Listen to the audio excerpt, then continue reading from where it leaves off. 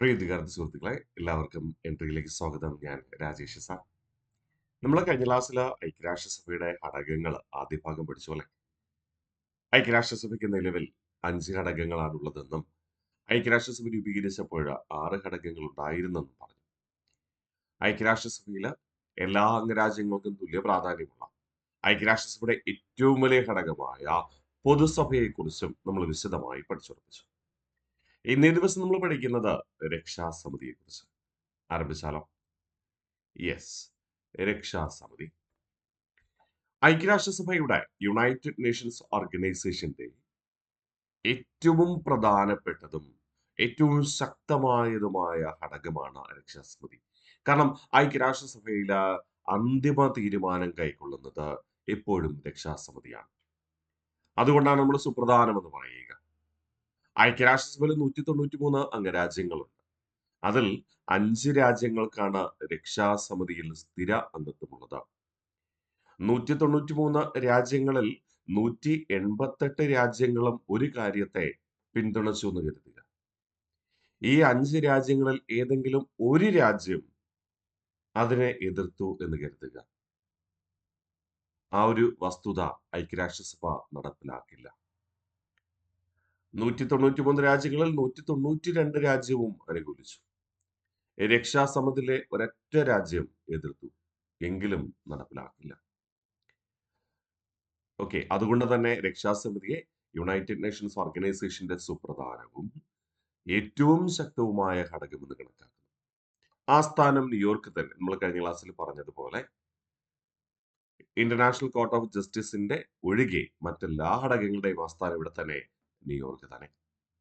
5 സ്ഥിരാംഗങ്ങളും 2 വർഷ കാലാവധിക്ക് തിരഞ്ഞെടുക്കുന്ന 10 അംഗരാഷ്ട്രങ്ങളും ഉൾപ്പെടെ ആകെ 15 അംഗങ്ങളാണ് രക്ഷാസമിതിയിലുള്ളത്. 5 സ്ഥിരാംഗങ്ങളുണ്ട്.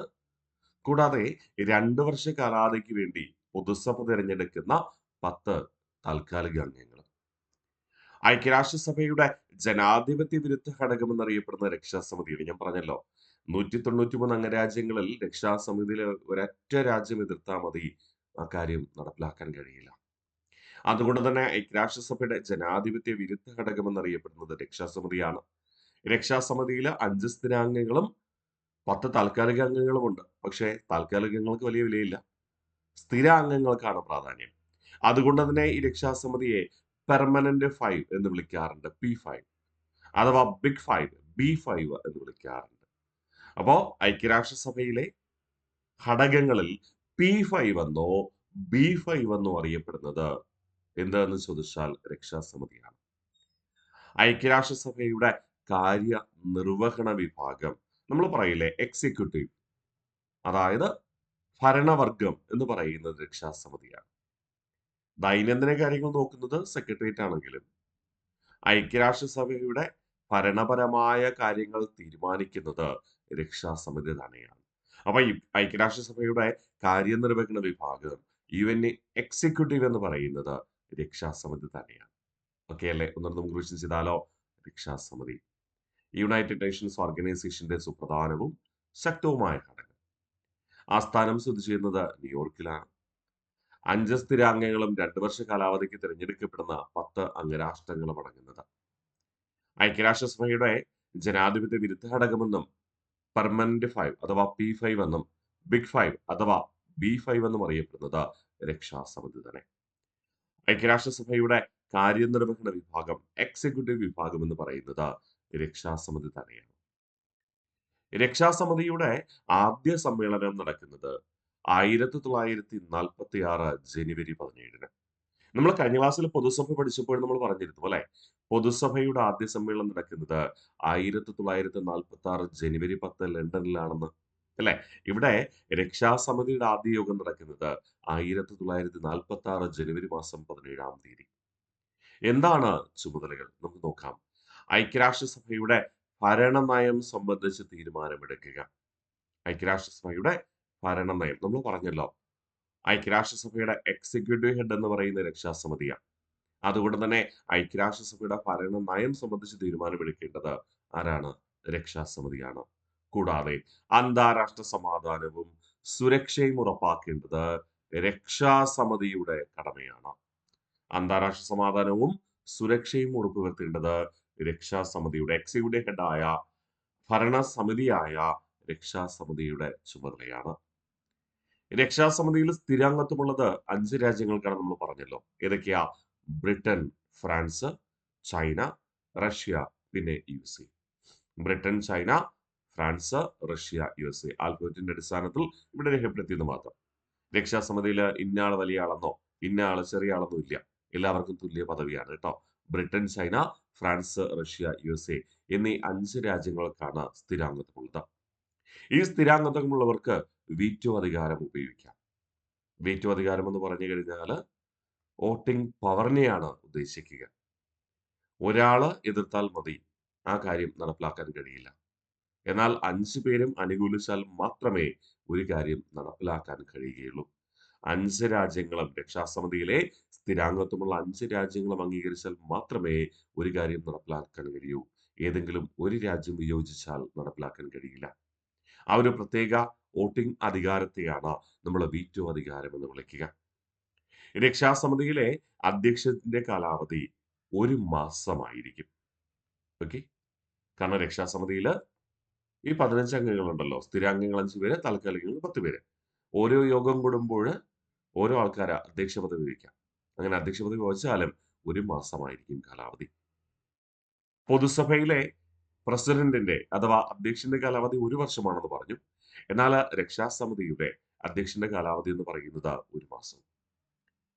ഭൂമിശാസ്ത്രപരമായി താൽക്കാലിക അംഗങ്ങളെ തിരഞ്ഞെടുക്കുന്നത് വൻകരകളിൽ നിന്ന് പ്രത്യേകം തിരഞ്ഞെടുക്കുന്നു. ഏഷ്യൻ, ആഫ്രിക്കൻ രാജ്യങ്ങളിൽ നിന്ന് 5 അംഗങ്ങൾ ഉണ്ടാകണം. ലാറ്റിൻ അമേരിക്കൻ രാജ്യങ്ങൾ 2 എണ്ണം ഉണ്ടാകണം. പശ്ചിമ യൂറോപ്യൻ രാജ്യങ്ങൾ 2 എണ്ണവും പൂർവ്വ യൂറോപ്യൻ രാജ്യങ്ങൾ 1 എണ്ണവും. അങ്ങനെ മൊത്തം 10 താൽക്കാലിക അംഗങ്ങൾ. ഏഷ്യൻ, ആഫ്രിക്കൻ രാജ്യങ്ങൾ 5 എണ്ണം, ലാറ്റിൻ അമേരിക്കൻ രാജ്യങ്ങൾ 2 എണ്ണം, പശ്ചിമ യൂറോപ്യൻ രാജ്യങ്ങൾ 2 എണ്ണം, പൂർവ്വ യൂറോപ്യൻ രാജ്യങ്ങൾ 1 എണ്ണം. അങ്ങനെയാണ് ഭൂമിശാസ്ത്രപരമായി 10 താൽക്കാലിക അംഗങ്ങളെ നിശ്ചയിച്ചിരിക്കുന്നത്. മറക്കില്ലല്ലോ. അപ്പൊ നിലവില് രക്ഷാസമിതിയിൽ 5 സ്ഥിരാംഗങ്ങളുണ്ട്, 10 താൽക്കാലിക അംഗങ്ങളുണ്ട്. ആ 10 താൽക്കാലിക അംഗങ്ങളെ തിരഞ്ഞെടുക്കേണ്ടത് ആരാണ്? പൊതുസഭയാണ്. പൊതുസഭയുടെ ചുമതലകൾ നമ്മൾ കഴിഞ്ഞ ക്ലാസ്സിൽ പഠിച്ചു അല്ലെ. താൽക്കാലിക അംഗങ്ങളെ തിരഞ്ഞെടുക്കേണ്ടത്, തിരഞ്ഞെടുപ്പ് നടത്തേണ്ടത് പൊതുസഭയാണ്. പൊതുസഭ തിരഞ്ഞെടുപ്പ് നടത്തുമ്പോൾ എത്ര ഭൂരിപക്ഷം ഉണ്ടാകണം? 2/3 ഭൂരിപക്ഷം ഉണ്ടാകണം. അഥവാ പ്രത്യേക ഭൂരിപക്ഷം ഉണ്ടാകണം അല്ലെ. പക്ഷെ വെറുതെ തിരഞ്ഞെടുക്കാൻ പറ്റില്ല. ഈ ഒരു ഭൂമിശാസ്ത്ര ഘടന അനുസരിച്ച് മാത്രമേ തിരഞ്ഞെടുക്കാൻ പാടുള്ളൂ. ഏഷ്യൻ, ആഫ്രിക്കൻ രാജ്യങ്ങളിൽ നിന്ന് 5 പേര്, ലാറ്റിൻ അമേരിക്കൻ രാജ്യങ്ങളിൽ നിന്ന് 2 പേര്, പശ്ചിമ യൂറോപ്യൻ രാജ്യങ്ങളിൽ നിന്ന് 2 പേരും, പൂർവ്വ യൂറോപ്യൻ രാജ്യങ്ങളിൽ നിന്ന് ഒരാൾ. ഓക്കെ അല്ലേ? സെറ്റാണേ? അടുത്ത് പറയട്ടെ. ഗഡ്. അപ്പോ ഒന്നുകൂടെ നമുക്ക് റിവിഷൻ ചെയ്തിട്ട് മുന്നോട്ട് പോകാം. രക്ഷാസമിതി യുണൈറ്റഡ് നേഷൻസ് ഓർഗനൈസേഷന്റെ സുപ്രധാനവും ശക്തവുമായ ഘടകം. ആസ്ഥാനം ന്യൂയോർക്കാണ്. 5 സ്ഥിരാംഗങ്ങളും 2 വർഷ കാലാവധിക്ക് തിരഞ്ഞെടുക്കുന്ന 10 അംഗരാഷ്ട്രങ്ങളും ഉൾപ്പെടുന്നു. ഐക്യരാഷ്ട്രസഭയുടെ ജനാധിപത്യ വിരുദ്ധ ഘടകം എന്നറിയപ്പെടുന്നതും പെർമനന്റ് 5 അഥവാ P5, ബിഗ് 5 അഥവാ B5 എന്നിങ്ങനെ അറിയപ്പെടുന്നതും രക്ഷാസമിതി തന്നെ. രക്ഷാസമിതിയുടെ കാര്യനിർവഹണ വിഭാഗമാണ് രക്ഷാസമിതി അല്ലെ. ആദ്യ സമ്മേളനം നടക്കുക 1946 ജനുവരി മാസം 17. ഐക്യരാഷ്ട്രസഭയുടെ എക്സിക്യൂട്ടീവ് വിഭാഗമായ രക്ഷാസമിതിയുടെ ചുമതലകൾ ഐക്യരാഷ്ട്രസഭയുടെ ഭരണനയം സംബന്ധിച്ച് തീരുമാനമെടുക്കുക, അന്താരാഷ്ട്ര സമാധാനം, സുരക്ഷ എന്നിവ ഉറപ്പാക്കുക. സ്ഥിരാംഗങ്ങൾ 5 പേരാണ് നമ്മൾ പറഞ്ഞു. ആരൊക്കെ? Britain, China, France, Russia, USA. Veto അധികാരം സ്ഥിരാംഗങ്ങൾക്ക് മാത്രമാണ് ഉപയോഗിക്കാൻ കഴിയുക. രക്ഷാസമിതിയിലെ അധ്യക്ഷന്റെ കാലാവധി 1 മാസമായിരിക്കും. ഭൂമിശാസ്ത്രപരമായി താൽക്കാലിക അംഗങ്ങളെ തിരഞ്ഞെടുക്കുന്നത് വിവിധ വൻകരകളിൽ നിന്നാണ്. ഏഷ്യൻ, ആഫ്രിക്കൻ രാജ്യങ്ങൾ 5 എണ്ണം, ലാറ്റിൻ അമേരിക്കൻ രാജ്യങ്ങൾ 2 എണ്ണം, പശ്ചിമ യൂറോപ്യൻ രാജ്യങ്ങളിൽ നിന്ന് 2 പേർ, പൂർവ്വ യൂറോപ്യൻ രാജ്യങ്ങളിൽ നിന്ന് ഒരാൾ. ഏറ്റവും കൂടുതൽ തവണ താൽക്കാലിക അംഗമായി തിരഞ്ഞെടുക്കപ്പെട്ട രാജ്യമാണ് ജപ്പാൻ. എത്ര തവണ? 11 തവണ. ഏറ്റവും കൂടുതൽ തവണ താൽക്കാലിക അംഗമായി തിരഞ്ഞെടുക്കപ്പെട്ടത് ജപ്പാൻ എത്ര തവണയാണ്? 11 തവണ. ഇന്ത്യ 8 തവണ അംഗമായിട്ടുണ്ട്. ഇന്ത്യ 8 തവണ അംഗമായിട്ടുണ്ട്. ആ നമ്പർ ഓർത്ത് വെക്കുക. ഒരു പ്രമേയം പാസ്സാവാൻ വേണ്ട വോട്ട് എന്ന് പറയുന്നത് സ്ഥിരാംഗങ്ങളുടെ വോട്ട് നിർബന്ധമായും നേടിയിരിക്കണം. ഒരു പ്രമേയം പാസ്സാവാൻ വേണ്ട വോട്ട് എന്ന് പറയുന്നത് എത്രയാണെന്നറിയാമോ? താൽക്കാലിക അംഗങ്ങളുടെ താൽക്കാലിക അംഗങ്ങളുടെ 6 വോട്ട് നേടിയിരിക്കണം. അതായത് പകുതിയിൽ കൂടുതൽ എന്നർത്ഥം. മിനിമം 6 വോട്ട് നേടിയിരിക്കണം. കൂടാതെ സ്ഥിരാംഗങ്ങളുടെ വോട്ട് നിർബന്ധമായും നേടിയിരിക്കണം. അങ്ങനെ മൊത്തം 11 വോട്ട് എന്ന രീതിയിൽ. ഓക്കെ. അപ്പോ ഐക്യരാഷ്ട്രസഭയുടെ ഭരണവിഭാഗമായ രക്ഷാസമിതിയിൽ ഒരു പ്രമേയം പാസ്സാവാൻ വേണ്ട വോട്ട് എന്ന് പറയുന്നത് 6ആണ്. അത് താൽക്കാലിക അംഗങ്ങളുടെ 6 വോട്ട്. സ്ഥിരാംഗങ്ങളുടെ വോട്ട് നിർബന്ധമായും നേടിയിരിക്കണം. ഏതെങ്കിലും ഒരു സ്ഥിരാംഗം എതിർത്ത് വോട്ട് ചെയ്ത് കഴിഞ്ഞാൽ പ്രമേയം പാസ്സാവില്ല. ക്ലിയർ? ഗഡ്. അടുത്ത് പറയട്ടെ. രക്ഷാസമിതി വികസിപ്പിച്ച് സ്ഥിരാംഗ പദവി നേടുവാൻ ശ്രമിക്കുന്ന രാഷ്ട്രങ്ങളുടെ കൂട്ടായ്മയാണ് G4 എന്ന പേരിൽ അറിയപ്പെടുക. രക്ഷാസമിതി വികസിപ്പിച്ച സ്ഥിരാംഗ പദവി നേടുവാൻ ശ്രമിക്കുന്ന രാഷ്ട്രങ്ങളുടെ കൂട്ടായ്മയാണ് G4. G4 എന്ന സംഘടന ആരംഭിക്കുന്നത് 2005-ലാണ്. നമുക്കറിയാം ഇന്ത്യ ഉൾപ്പെടെയുള്ള രാജ്യങ്ങളാണ്. അതുകൊണ്ട് തന്നെ ഇന്ത്യയിൽ G4നെ കുറിച്ച് പലപ്പോഴും വാർത്തകൾ പ്രചരിക്കാറുണ്ട് അല്ലെ? India, Japan, Brazil, Germany. India, Japan, Brazil, Germany ഈ 4 രാജ്യങ്ങളാണ് G4 എന്ന സംഘടനയിലെ അംഗങ്ങൾ. അപ്പോൾ രക്ഷാസമിതി വികസിപ്പിച്ച് സ്ഥിരാംഗങ്ങളുടെ എണ്ണം കൂട്ടണം എന്നാവശ്യപ്പെടുന്ന രാഷ്ട്രങ്ങളുടെ കൂട്ടായ്മയാണ് G4. G4-ല് 4 രാഷ്ട്രങ്ങളാണുള്ളത്. ആരൊക്കെ? ഇന്ത്യ, ജപ്പാൻ, ബ്രസീൽ, ജർമ്മനി എന്നിവ. ഏത് വർഷമാണ് G4 രൂപീകരിക്കുക? 2005. അപ്പോ ഐക്യരാഷ്ട്രസഭയിൽ 193 അംഗരാജ്യങ്ങളുണ്ട്. അതിൽ 5 പേര് രക്ഷാസമിതിയിലെ സ്ഥിരാംഗങ്ങളാണ്. ബാക്കി 188 പേര്. ആ 188 പേരിലെ 4 രാജ്യങ്ങൾ പറയുകയാണ് സ്ഥിരാംഗത്വ പദവി വേണം. ബാക്കി 184 രാജ്യങ്ങൾ. ഈ ബാക്കി 184 രാജ്യങ്ങളും ഇത് അംഗീകരിക്കാൻ തയ്യാറാണോ? ചിലര് ഓക്കെ പറയും, ചിലർ ന്യൂട്രലിൽ നിൽക്കും, ചിലര് എതിർക്കാൻ സാധ്യതയുണ്ട് അല്ലെ? അതെ, എതിർക്കാൻ സാധ്യതയുണ്ട്. അതാ നമ്മൾ അടുത്ത് പറയുന്നത്. G4 കൂട്ടായ്മയെ എതിർക്കുന്ന രാഷ്ട്രങ്ങളുടെ സംഘടനയാണ് യുണൈറ്റിംഗ് ഫോർ കൺസെൻസസ് അഥവാ കോഫി ക്ലബ്ബ് അറിയപ്പെടുന്നു. ഓക്കെ. അപ്പോ യുണൈറ്റഡ് ഫോർ കൺസെൻസസ് അഥവാ കോഫി ക്ലബ്ബ് എന്നറിയപ്പെടുന്നു. ഇതിൽ ഏകദേശം 14 രാജ്യങ്ങളുണ്ട്. 14 രാജ്യങ്ങൾ നിലവില് ഈ കോഫി ക്ലബ്ബിൽ അംഗമാണ്. കോഫി ക്ലബ്ബ് എന്ന കൂട്ടായ്മ രൂപീകരിക്കുന്നത് ഇപ്പൊ തന്നെയാണ് നോർത്ത് 2005-ൽ തന്നെയാണ്. അപ്പൊ G4 രൂപീകരിച്ച അതേ വർഷം തന്നെയാണ് എന്ത് രൂപീകരിക്കുക? യുണൈറ്റിംഗ് ഫോർ കൺസെൻസസ് അഥവാ കോഫി ക്ലബ്ബ് രൂപീകരിക്കുക. അതിലെ പ്രധാനി എന്ന് പറയുന്നത് ഇറ്റലി, കാനഡ, സ്പെയിൻ എന്നിവ. കൂടാതെ അർജന്റീന, പാകിസ്ഥാൻ തുടങ്ങി മൊത്തം 14 രാജ്യങ്ങൾ. ഈ 14 രാജ്യങ്ങളുടെ പേര് പഠിക്കേണ്ട ആവശ്യമില്ല. പക്ഷേ പ്രധാനമായും നിൽക്കുന്ന 3 രാജ്യങ്ങളുടെ പേര് പോട്ടെ, 5 രാജ്യങ്ങളുടെ പേര് പഠിക്കണം. കേട്ടോ? അപ്പോ ഇറ്റലിയുണ്ട്, കാനഡയുണ്ട്, സ്പെയിനുണ്ട്, അർജന്റീനയുണ്ട്, പാകിസ്ഥാനുണ്ട്. കൂടാതെ മറ്റ് 9 രാജ്യങ്ങൾ. കേട്ടോ? മൊത്തം അംഗസംഖ്യ 14 രാജ്യങ്ങളാണ് കേട്ടോ. ഓക്കെ. അതില് നിലവില് പ്രത്യക്ഷമായും പരോക്ഷമായും പിന്തുണയ്ക്കുന്ന മറ്റ് രാജ്യങ്ങളും ഉണ്ട്.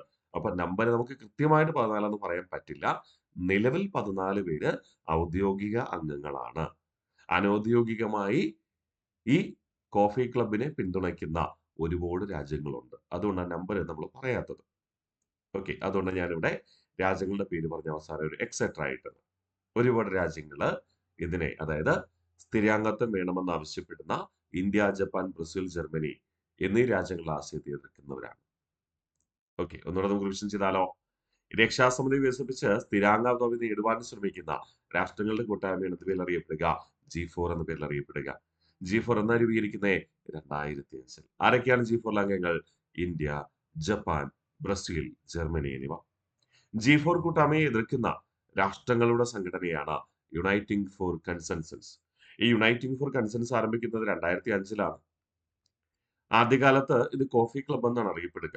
ഈ കോഫി ക്ലബ് എന്ന് പറയുന്ന സംഘടന യഥാർത്ഥത്തിൽ രൂപീകരിച്ചത് 1990-ലാണ്.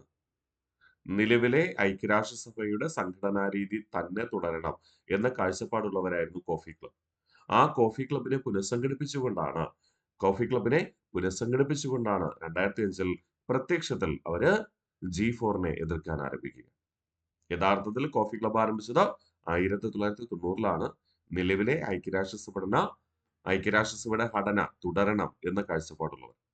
എന്നാൽ 2005-ല് G4 രൂപീകരിച്ചപ്പോൾ G4-നെതിരെ നിൽക്കുക എന്ന ലക്ഷ്യത്തോടു കൂടി യുണൈറ്റിംഗ് ഫോർ കൺസെൻസസ് എന്ന് പുനഃസംഘടിപ്പിച്ചു. കോഫി ക്ലബിനെ യുണൈറ്റിംഗ് ഫോർ കൺസെൻസസ് എന്ന് പുനഃസംഘടിപ്പിച്ചു. ഏത് വർഷം? 2005. ക്ലിയർ? യുണൈറ്റിംഗ് ഫോർ കൺസെൻസസ് എന്ന സംഘടനയിലെ പ്രധാന അംഗങ്ങളാണ് Italy, Canada, Spain, Argentina, Pakistan എന്നിവ. ക്ലിയർ? ഇനി അടുത്ത നമ്മൾ പറയുന്നു സെക്രട്ടേറിയറ്റ്. അപ്പോൾ നമുക്ക് രക്ഷാസമിതി പൂർണ്ണമായിട്ടൊന്ന് റിവിഷൻ ചെയ്തിട്ട് പോകാം. രക്ഷാസമിതി ഐക്യരാഷ്ട്രസഭയുടെ സുപ്രധാനവും ശക്തവുമായ ഘടകം. ആസ്ഥാനം സ്ഥിതി ചെയ്യുന്നത് ന്യൂയോർക്കിലാണ്. 5 സ്ഥിരാംഗങ്ങളും 2 വർഷ കാലാവധിക്ക് തിരഞ്ഞെടുക്കുന്ന 10 അംഗരാഷ്ട്രങ്ങളും ഉൾപ്പെടുന്നു. ഐക്യരാഷ്ട്രസഭയുടെ ജനാധിപത്യ വിരുദ്ധ ഘടകം എന്നറിയപ്പെടുന്നത് രക്ഷാസമിതി തന്നെ. പെർമനന്റ് 5 എന്നും ബിഗ് 5 എന്നും അറിയപ്പെടുന്നത് രക്ഷാസമിതി തന്നെയാണ്. ഐക്യരാഷ്ട്രസഭയുടെ കാര്യനിർവഹണ വിഭാഗം എക്സിക്യൂട്ടീവ് കാറ്റഗറി എന്ന് പറയുന്നത് രക്ഷാസമിതി തന്നെയാണ്. രക്ഷാസമിതിയുടെ ചരിത്രത്തിൽ ആദ്യ സമ്മേളനം നടക്കുന്നത് 1946 ജനുവരി മാസം 17-ാം തീയതി. ചുമതല ഐക്യരാഷ്ട്രസഭയുടെ ഭരണനയം സംബന്ധിച്ച് തീരുമാനമെടുക്കുക, പ്രധാനമായും അന്താരാഷ്ട്ര സമാധാനത്തിന്റെയും സുരക്ഷയുടെയും ഉറപ്പുവരുത്തൽ. സ്ഥിരാംഗങ്ങളായി 5 രാജ്യങ്ങൾ: Britain, China, France, Russia, USA എന്നിവ. വീറ്റോ അധികാരം ഉപയോഗിക്കാൻ കഴിയുന്നത് ഈ 5 സ്ഥിരാംഗങ്ങൾക്ക് മാത്രം. രക്ഷാസമിതി അധ്യക്ഷന്റെ കാലാവധി 1 മാസമാണ്. ഭൂമിശാസ്ത്രപരമായി താൽക്കാലികങ്ങളെ തിരഞ്ഞെടുക്കുന്നത് വിവിധ വൻകരകളിൽ നിന്നാണ്. ഏഷ്യൻ ആഫ്രിക്കൻ രാജ്യങ്ങൾ 5 എണ്ണം, ലാറ്റിൻ അമേരിക്കൻ രാജ്യങ്ങൾ 2 എണ്ണം, പൂർവ യൂറോപ്യൻ രാജ്യങ്ങൾ 2 എണ്ണവും പൂർവ്വ യൂറോപ്യൻ രാജ്യങ്ങൾ 1 എണ്ണവും. ഓക്കെ, ഈ താൽക്കാലികങ്ങളെ തെരഞ്ഞെടുക്കേണ്ടത് പൊതുസഭയാണ് 2/3 ഭൂരിപക്ഷത്തിൽ. പ്രത്യേക ഭൂരിപക്ഷത്തിലാണ്. ഇന്ന് കഴിഞ്ഞ ക്ലാസ്സിൽ നമ്മൾ പൊതുസഭ പറഞ്ഞിട്ടുണ്ടായിരുന്നു. അതും മനസ്സിലുണ്ടാവട്ടെ. ഏറ്റവും കൂടുതൽ തവണ താൽക്കാലിക അംഗമായ രാജ്യം ജപ്പാനാണ്. എത്ര തവണ? 11 തവണ. ഇന്ത്യ 8 തവണ അംഗമായിട്ടുണ്ട്. ഒരു പ്രമേയം പാസാക്കാൻ രക്ഷാസമിതിയിൽ എത്ര വോട്ട് വേണം? താൽക്കാലിക അംഗങ്ങളിൽ പകുതിയിൽ കൂടുതൽ, അതായത് 6 വോട്ട് വേണം. കൂടാതെ സ്ഥിരാംഗങ്ങളുടെ വോട്ട് നിർബന്ധമായും നേടിയിരിക്കണം. രക്ഷാസമിതി വികസിപ്പിച്ച് സ്ഥിരാംഗ പദവി നേടുവാൻ ശ്രമിക്കുന്ന രാഷ്ട്രങ്ങളുടെ കൂട്ടായ്മയാണ് G4 എന്ന പേരിൽ അറിയപ്പെടുക. G4 രൂപീകരിച്ചത് ഏത് വർഷം? 2005. G4-ലെ അംഗരാജ്യങ്ങൾ ആരൊക്കെ? India, Japan, Brazil, Germany. മറക്കരുത്, ഇന്ത്യ, ജപ്പാൻ, ബ്രസീൽ, ജർമ്മനി. ചേർക്കാൻ ചോദിക്കാം, അല്ലെങ്കിൽ കൂട്ടത്തിൽ പെടാത്തത് ചോദിക്കാം. കൃത്യമായി പഠിപ്പിച്ചു വെക്കുക. G4-ലെ അംഗരാഷ്ട്രങ്ങൾ India, Japan, Brazil, Germany. G4 കൂട്ടായ്മയെ എതിർക്കുന്ന രാഷ്ട്രങ്ങളുടെ സംഘടനയാണ് യുണൈറ്റിംഗ് ഫോർ കൺസെൻസസ്. ആരംഭിക്കുന്നത് 2005-ലാണ്. ഇതിന്റെ ആദ്യകാലത്ത് ഇത് കോഫി ക്ലബ് എന്നറിയപ്പെട്ടു. കോഫി ക്ലബ് ആരംഭിച്ചത് 1990-ൽ. കോഫി ക്ലബിനെ പുനഃസംഘടിപ്പിച്ചുകൊണ്ടാണ് എന്താരംഭിക്കുക?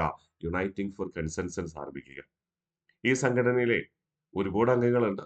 അതിൽ പ്രധാന രാജ്യങ്ങൾ നമ്മളിവിടെ പറയുന്നു: Italy, Canada, Spain, Argentina, Pakistan എന്നിവ. ഐക്യരാഷ്ട്രസഭയുടെ 3-ാമത്തെ ഘടകം നമ്മൾ പഠിക്കുന്നു: സെക്രട്ടേറിയറ്റ്. ഐക്യരാഷ്ട്രസഭയുടെ ദൈനംദിന പ്രവർത്തനങ്ങൾ നടത്തുന്ന സമിതി.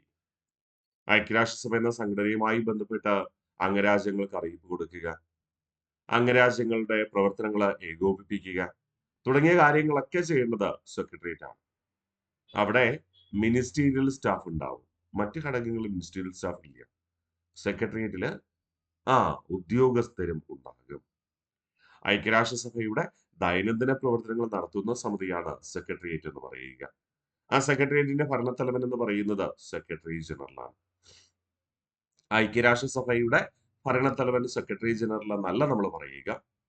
ഐക്യരാഷ്ട്രസഭയുടെ സെക്രട്ടേറിയറ്റിന്റെ ഭരണത്തലവൻ സെക്രട്ടറി ജനറലാണ്. രക്ഷാസമിതിയുടെ ശുപാർശയുടെ അടിസ്ഥാനത്തിൽ തിരഞ്ഞെടുക്കുന്നത് പൊതുസഭ. അപ്പൊ രക്ഷാസമിതി ജനറൽ സെക്രട്ടറിയെ തിരഞ്ഞെടുക്കണമെന്ന് ആവശ്യപ്പെടും.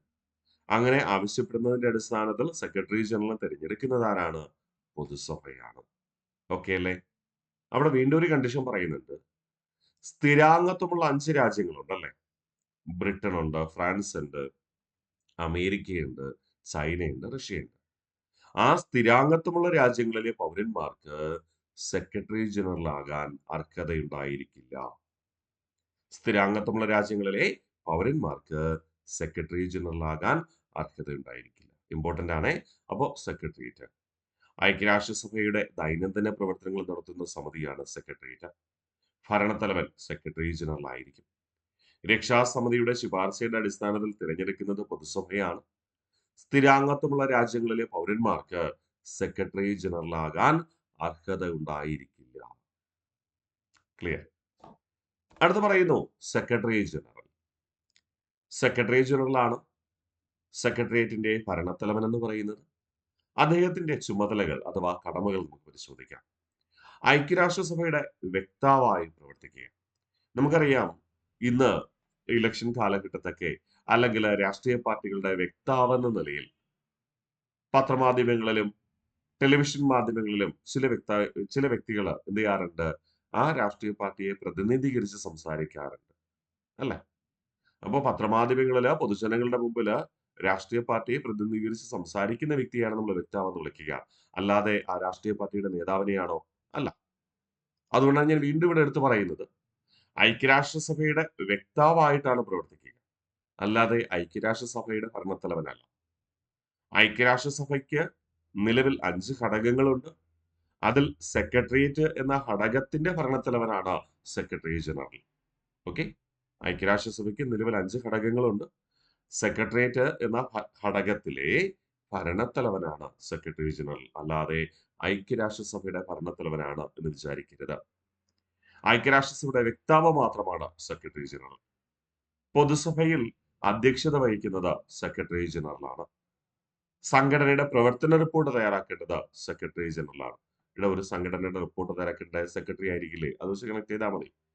അപ്പോൾ പൊതുസഭയിൽ അധ്യക്ഷത വഹിക്കുന്നത് സെക്രട്ടറി ജനറൽ ആണ്. സംഘടന പ്രവർത്തന റിപ്പോർട്ട് തയ്യാറാക്കേണ്ടത് സെക്രട്ടറി ജനറൽ ആണ്.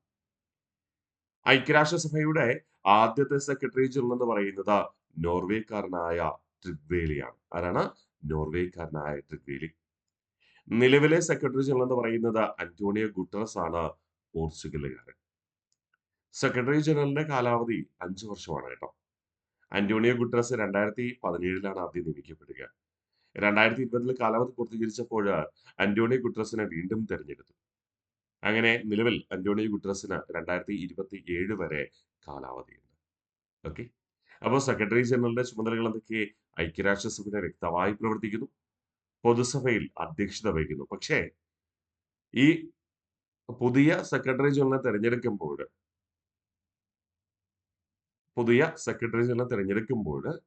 സെക്രട്ടറി ജനറൽ ആയിരിക്കില്ല പൊതുസഭയിൽ അധ്യക്ഷത വഹിക്കുക. അത് മാത്രം.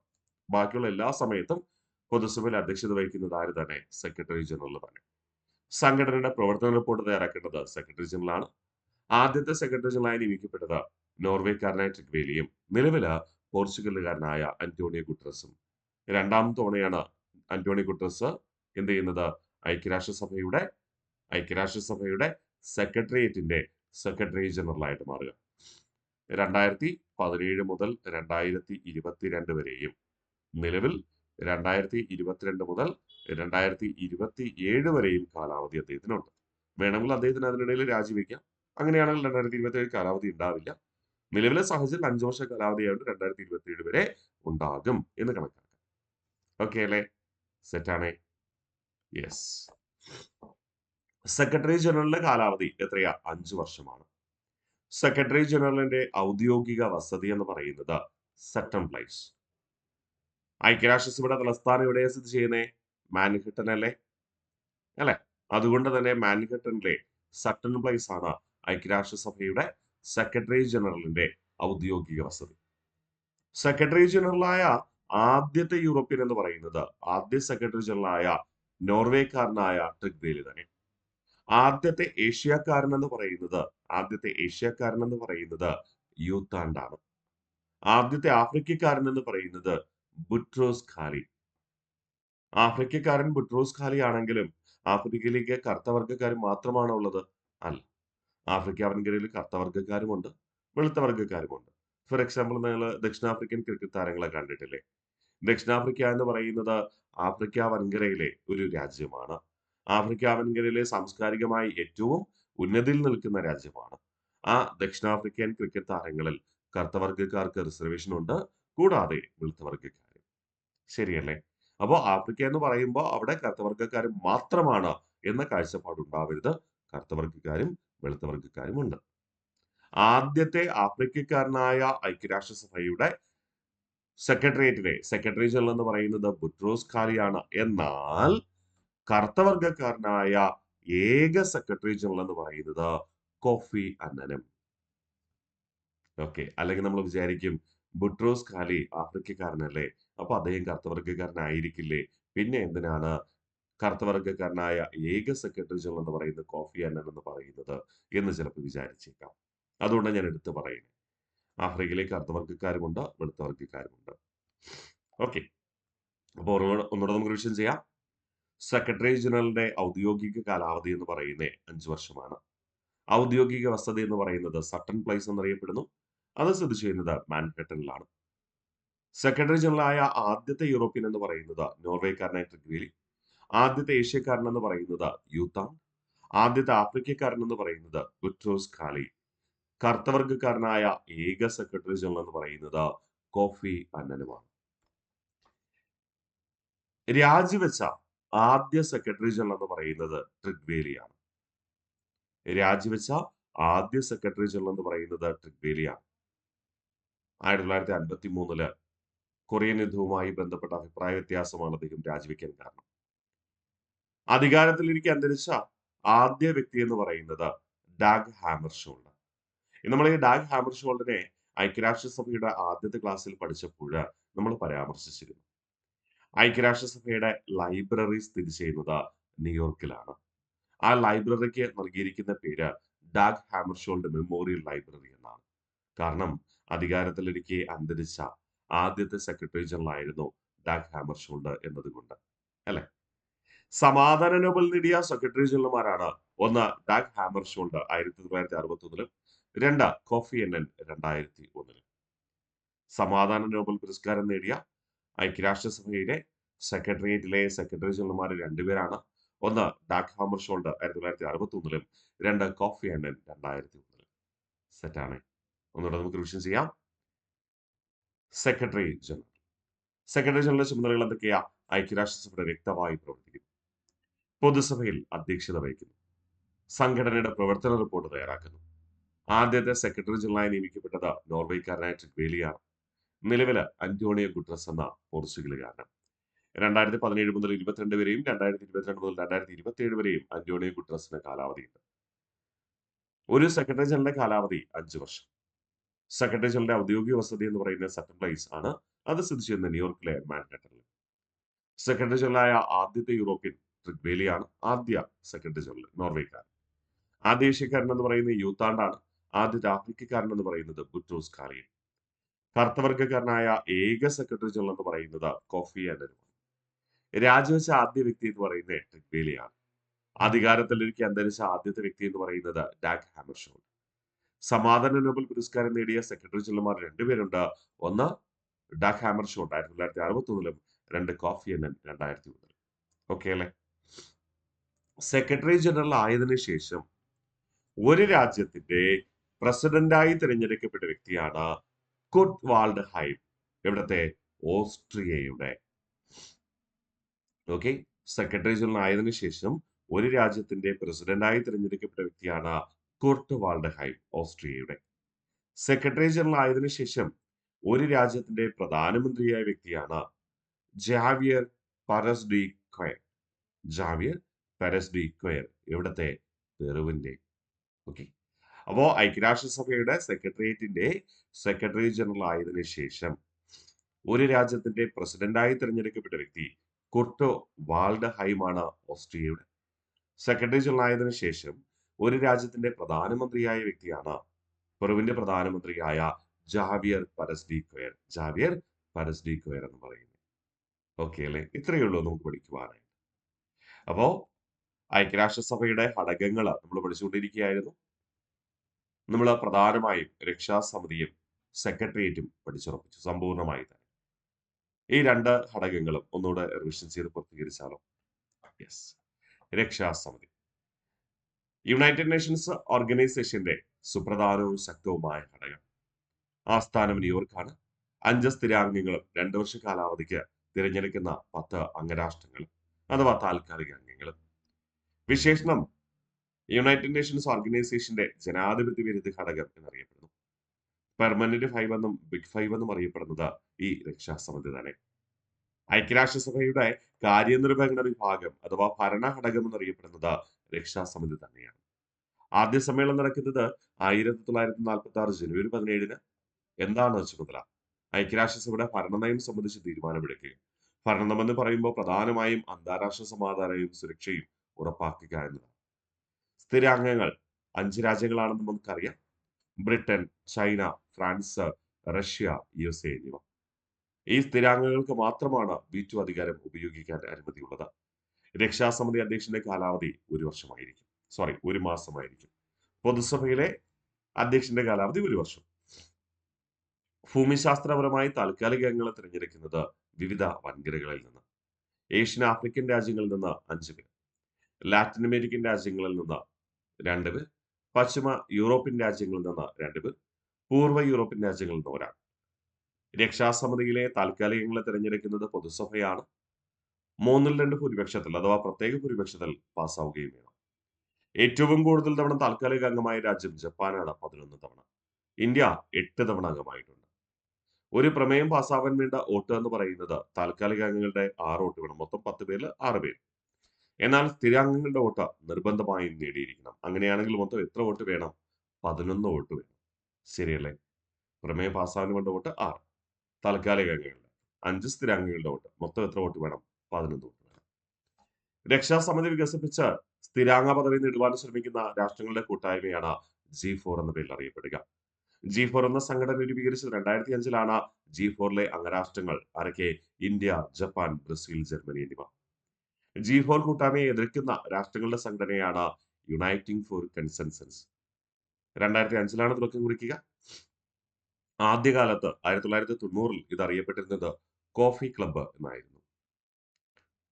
Italy, Canada, Spain, Argentina, Pakistan തുടങ്ങി പ്രധാന 14 രാജ്യങ്ങളും കൂടാതെ മറ്റു രാജ്യങ്ങളും ഈ സംഘടനയിൽ അംഗങ്ങളാണ്. ഓക്കെ അല്ലേ? സെക്രട്ടേറിയറ്റ്.